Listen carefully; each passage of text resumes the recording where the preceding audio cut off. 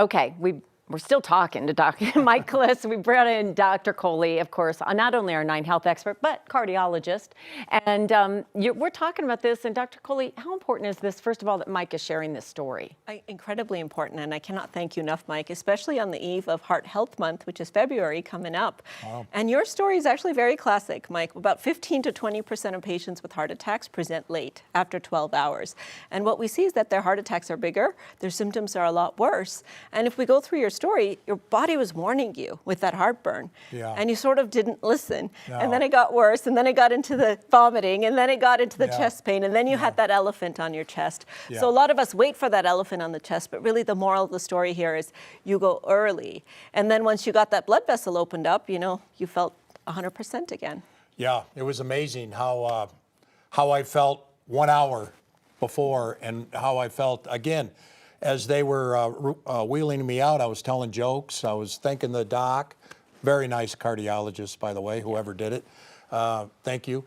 But yeah, it was amazing. I was ticked off afterwards, though, that I had a heart attack because I am an exerciser. Yeah. And I'm 64, and I kind of have worked all my life to not have a heart attack like my dad did. At age 52, right? Yeah, at age 52. So that's your first clue. That was his first. But that's your first clue, because any male relative below 55 that has a heart attack or female relative below 65 is a sign to you that you have a genetic predisposition. Yeah. So even if you don't have the usual risk factors, the high blood pressure, high cholesterol, you got to work a little harder, maybe even see a preventive cardiologist, because you might be at high risk. Yeah, well, I don't have fries anymore. I don't eat chips anymore. She kind of got on you a little bit, I hear. Like, change some of your habits. But I mean, look, he's in good shape. He's thin. He's perfectly fit. But that's a good example of why we all need to be aware of what we eat, what we put in our body. And it's not just what we eat, because a lot of it may not even have been in your control, Mike. Yeah. And so healthy people who exercise, who eat well, can have heart attacks. In fact, that's why it's the #1 killer of men and women, because a lot of it is these factors that we don't quite understand. And I like to liken it to traffic on I-25. Yeah. So when you go during rush hour, things are going a little slow. These are people who have tight blockages. Every time they exercise, they feel something. When they rest, they get better.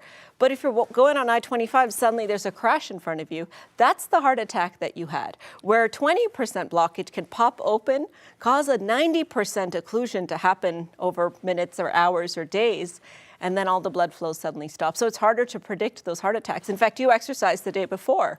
I did. I ran sprints. I didn't set any records, but I did run sprints. I've still got the heebie-jeebies about, the interval, the hit, they call it.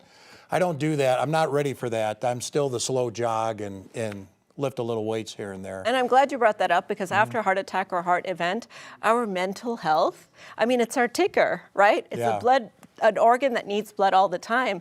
So we see a lot of stress, PTSD, anxiety, depression, but even worry about exercise, about living your life. And that's where we have programs called cardiac rehab, which can rehab your heart sort of back into shape, teach you how to exercise, and feel confident again. With Amanda. Shout out to Amanda. Yeah. I did that. Is stress related? I was going to ask, just because his job is not like, sit back, put my feet up. Hugely related. And so stress can have direct and indirect effects. It can affect our blood pressure, which can cause that blood vessel, that plaque to pop open into the blood vessel. But it can also cause inflammation chronically over time. So even if you're not stressed that second, but you live up here on your level of stress, like many of us do, over time that really causes more and more of that angry plaque to one day just kind of spill open and make a mess in your artery. Thank you. Everybody read his article. Yeah. Dr. Kohli, thank you for raising awareness about all this. And I think your wife, your children, and your grandchildren say, thank goodness. Yeah. My wife prayed a lot too, and she thinks, and I believe that too. Good for her.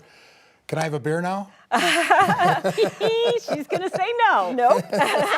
not till more time has passed. But I will say one thing. If you're ever in doubt, time is heart muscle. And don't drive yourself. So that was the one thing in your story that I did not like, which is that you call an ambulance when you're in doubt. Yeah, I see. Yeah. All right. Well, thank you both. We'll go have a mocktail together. Yeah, we will. It's dry January. Jenny?